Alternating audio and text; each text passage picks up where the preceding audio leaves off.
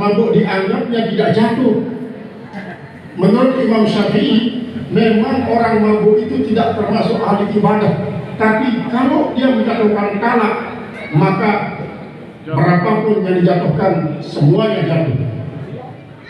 Oleh sebab itu sangat dilarang ketika kita sudah mempunyai suami ataupun istri melakukan hal-hal yang bersifat merusak akal kita, yang akan berdampak kepada hancurnya rumah tangga dengan kata-kata yang tidak boleh kita ucapkan.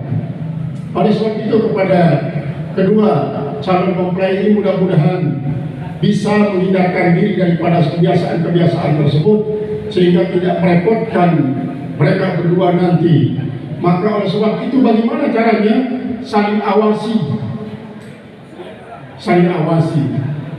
Seorang istri yang baik adalah seorang istri yang selalu mengawasi suaminya, apakah dia akan melakukan sholat atau tidak.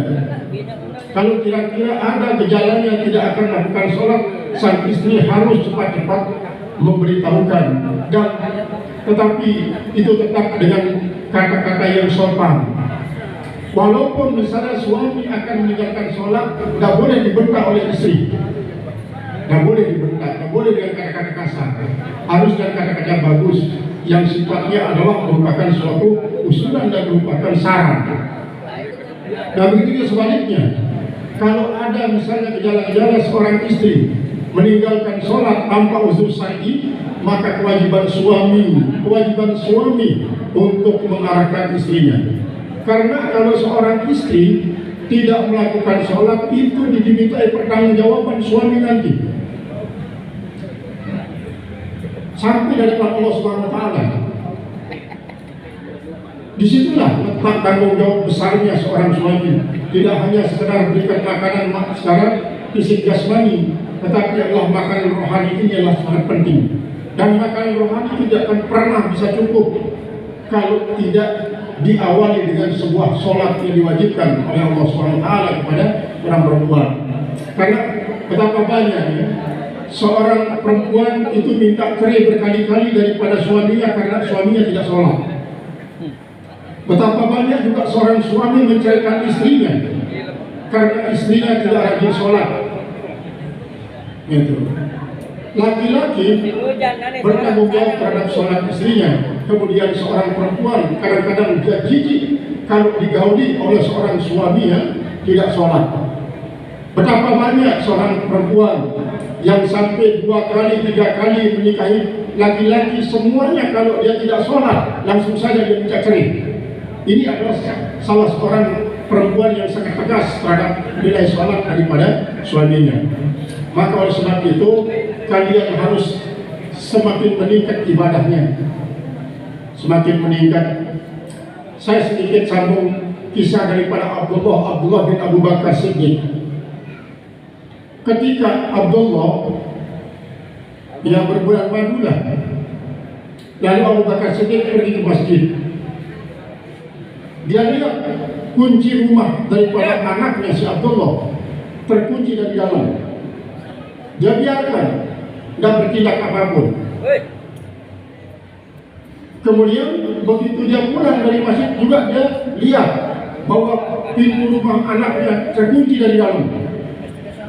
3 hari berturut-turut dia awasi hal itu. Akhirnya secara spontan dia suruh anaknya, ceraikan istrimu. Karena apa? Lantaran dia kamu menjadi lalai melakukan sholat. Nanti kalau kamu sudah siap untuk tidak terganggu dengan kehadiran istri untuk melakukan ibadah, baru kamu kembalikan dia. Selama dia masih menjadi penghalang untuk melakukan sholat, maka percuma kau punya istri. Padahal kita punya istri untuk meningkatkan nilai ibadah. Nah ini sekarang itu banyak dilalaikan oleh orang. Kehadiran seorang perempuan di rumahnya tidak membuat dia semakin semangat beribadah. Begitu juga seorang perempuan ketika dia sampai kepada rumah seorang suami, kadang-kadang dia juga ikut terlena untuk tidak beribadah.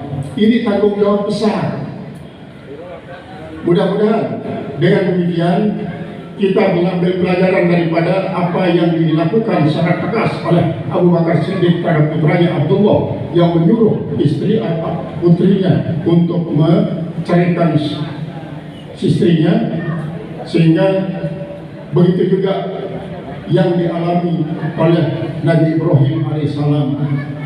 Mudah-mudahan kedua calon mempelai ini dengan nikah semakin rajin beribadah, semakin dekat kepada Allah, semakin dekat kepada rezeki Allah, semakin dekat kepada sesama manusia, pada keluarga dan kepada masyarakat, sehingga dengan demikian kehadiran semua yang ada di sampingnya, keluarga, tetangga, masyarakat, kemudian sahabat-sahabat, menjadi pendukung atas pembinaan rumah tangga daripada kedua putra putri kita ini.